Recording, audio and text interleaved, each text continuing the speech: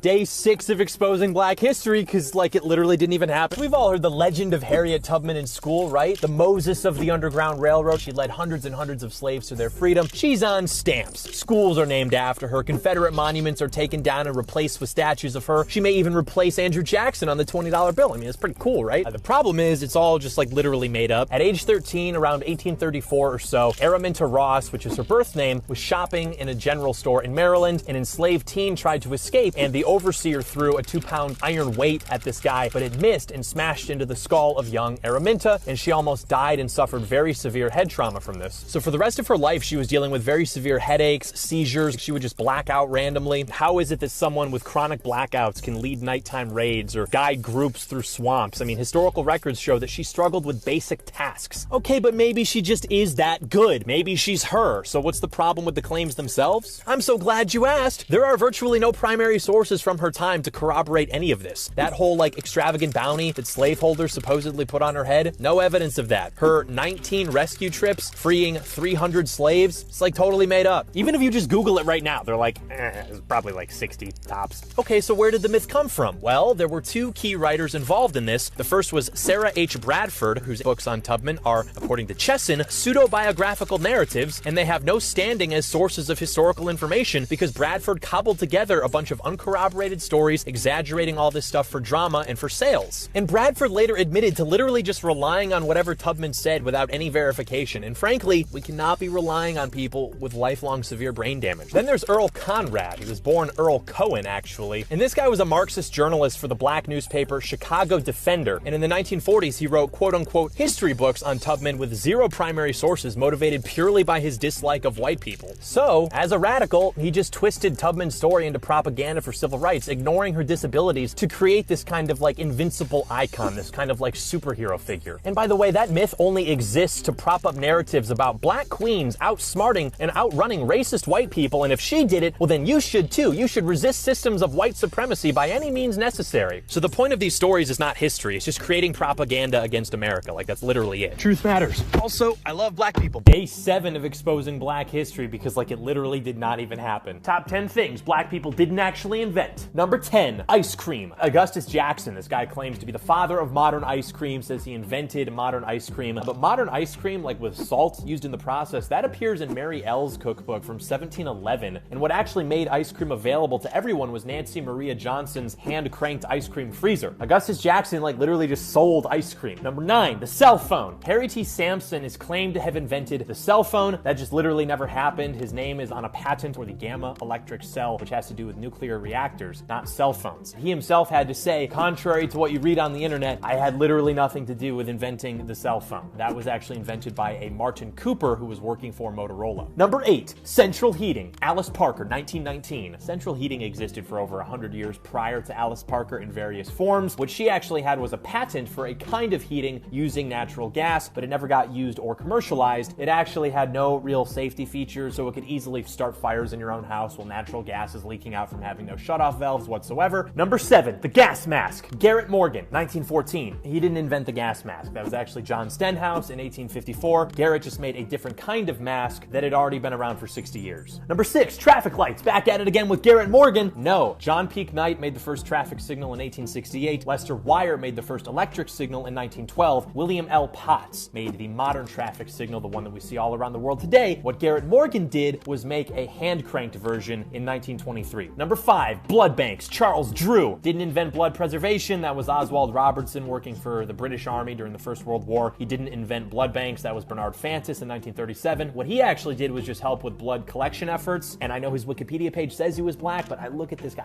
I don't know. Number 4, refrigerated trucks. Frederick Jones. This guy also gets attributed to air conditioning, which he also did not do. But refrigeration was around already way before. Gustavus Swift in 1878 already had cooled rail cars, which revolutionized the meat industry in Chicago, and refrigerated trucks were around in the 1920s. Number 3, the pencil sharpener. John Lee Love. Yeah, he gets credit for the patent in 1897, but the first pencil sharpener was actually made by a Frenchman, Bernard Lassamon, and it was popularized and made modern in France by another Frenchman, Thierry Esteveau, in 1847, which is 50 years before John Lee Love. Number 2, the light bulb. Lewis Latimer. Yeah, that was just Thomas Edison. Number 1, peanut butter. George Washington Carver did not actually invent anything to do with peanuts. It's claimed he made 300 100 different uses for peanuts, one of which is peanut butter, but that was actually made by Marcellus Edson, a French-Canadian guy who, funny enough, is also claimed to be black, and they literally just like put pictures of Carver and say that that's Edson. Truth matters, and I love black people. Day 8 of exposing black history, because it like literally didn't even happen. Now this one's actually about a white guy who's considered to be one of the good ones since he decided to just start like killing normal white Christians in service of his political agenda. Does that sound familiar? We have John Brown, the abolitionist freedom fighter whose failed uprising against slavers in the South before the Civil War inspired generations of militant activists. You've probably heard of him, right? Your elementary school teacher loved him. Today, you see Antifa and far-left militant groups naming themselves after him, displaying his name on their merch, on their uniforms, because his name has become synonymous with direct action, which just means killing innocent white Christians. And it's no wonder they identify with him. Brown was actually a complete loser. He became a radical only after decades of failed businesses and bankruptcy caused by his just like generally stupid and erratic behavior. So he moves to Kansas, where there's already a lot of tension over whether the state's going to adopt slavery, and he makes it worse by kidnapping and murdering 5 innocent settlers, claiming the attack was done in revenge for attacks by pro-slavery forces, which actually had literally nothing to do with the victims he killed. So he just like brutally executes these people with swords, like they couldn't even defend themselves. Not exactly the same thing as heroic combat against evil slave owners. Also, none of the victims even owned slaves. But hey, at least he's doing it for a good cause. What about the raid on Harper's Ferry? That thing he was most well known for. That was not a heroic attempted slave uprising. That was basically suicide by cop with extra steps. Immediately it was obvious this guy had no idea what he was doing. The raiders failed to secure the routes into and out of the town. They were quickly discovered. The first person Brown's henchmen killed was Hayward Shepard, a free black person who was shot in the back as he was running to go get the police because he just saw like a bunch of crazy people with guns showing up in his town. And they couldn't have picked a worse target for the raid. Like, Harper's Ferry had a large black population, but 75% of them were free and prosperous at the time, and the remaining black people were relatively well-treated house slaves, so like pretty much no one wanted to join up with this guy. So they keep killing innocent people, including the mayor, Fontaine Beckham, who was both unarmed and renowned for his generosity to the town's black community before being pushed back into the federal armory after the alarm was raised. So eventually the Marines show up to help free the hostages, led by 100% American hero patriots Robert E. Lee and Thomas Stonewall Jackson. So they storm the building, they take minimal casualties, they easily overcome Brown's men in hand-to-hand combat despite the raiders having fortified positions. So it was a total failure. Brown was captured alive and was so embarrassed that during the trial, he lied and claimed that he hadn't actually been attempting a slave uprising at all, only a peaceful protest march. Sound familiar? And Northern abolitionists would repeat this lie after Brown was executed, which would help to convince patriotic Southerners like Stonewall Jackson and Robert Lee that there was no chance of national reconciliation. And the rest is history. We had a civil war that cost the lives of hundreds of thousands of Americans and which probably could have been avoided were it not for these insane freaks doing insane things to fan the flames. So basically, your fat third grade teacher was a liar, John Brown was not a hero, he was an insane failure freak, one of the worst Americans in history, and leftists today only celebrate John Brown because they want to be able to kill your kids over trans rights. It's on their uniforms. If John Brown were alive today, he'd probably be trans. Day 9 of exposing black history because it literally didn't even happen. So you know the story of the Tulsa Race Massacre, right? 1921, the thriving black Wall Street community burned to the ground by a bunch of racist white people. Hundreds are killed. It's just another tale of oppression, right? It's in movies, books, TV shows, even demands for reparations. Okay, so that's the story. What is the truth? First, what even was Black Wall Street? This was not some like black economic powerhouse. Greenwood itself was just a few blocks in Tulsa's segregated north side. It had barbershops, a grocery, a communist newspaper office. Really not too much different from a modern inner city ghetto. What about the name Black Wall Street? That was actually coined by Booker T. Washington, a black writer who never even lived in Tulsa. No banks, no stock exchanges, literally just like a normal black neighborhood. So what caused all the problems then? On May 30th, 1921, Dick Rowland, a 19-year-old black delivery boy, gets arrested for attempting to rape a 17-year-old white girl who was an elevator operator in the Drexel building in Tulsa named Sarah Page. And the local papers are already on it. Nab Negro for attacking girl in elevator. So Page says that Rowland grabbed her arm, scratched her, tore her clothes, and tried to assault her, and she screams, and then he only runs away once a building employee comes to help her. Rowland denies harm, but says that he may have actually touched her arm, but only because he tripped and needed something to grab onto.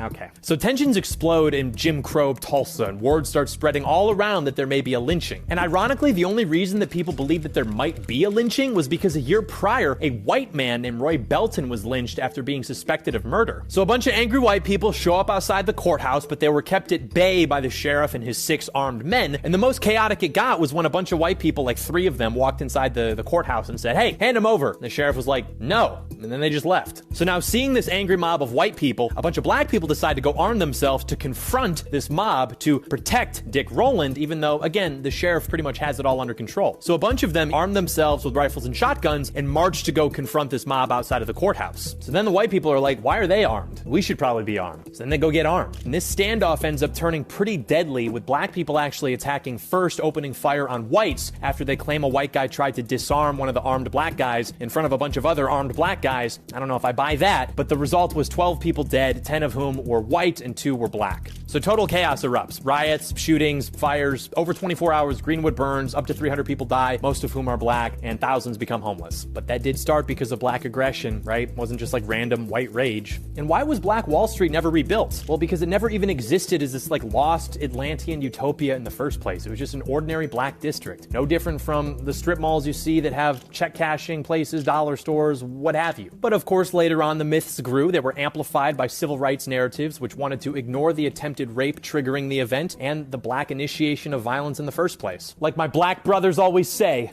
knowledge is power.